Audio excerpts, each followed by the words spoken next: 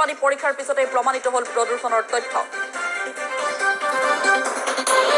8 বছৰৰ পিছত কোলখালে যোগদল হত্যাকাণ্ডৰ কেছ ডায়েৰীত তদানীন্তন 2 আৰক্ষী বিষয়াক গ্ৰেপ্তাৰ। যিকোনো মুহূৰ্ততে CIDৰ জেৰাৰ সন্মুখীন হ'ব প্ৰাক্তন মন্ত্ৰী য়কন বৰা।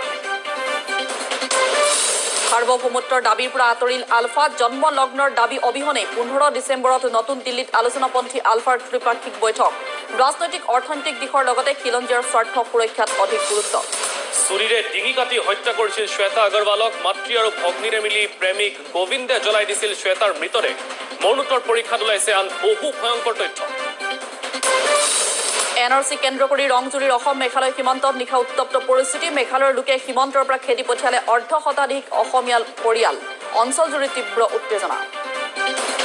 মহানগৰীৰ 8 গাঁৱত পুনৰ ৰহস্যজনক অগ্নিকাণ্ড। ডাউ ডাউকৈ জ্বলিল হালধি, মছলা আৰু শুকান জলকীয়াৰ গুদাম।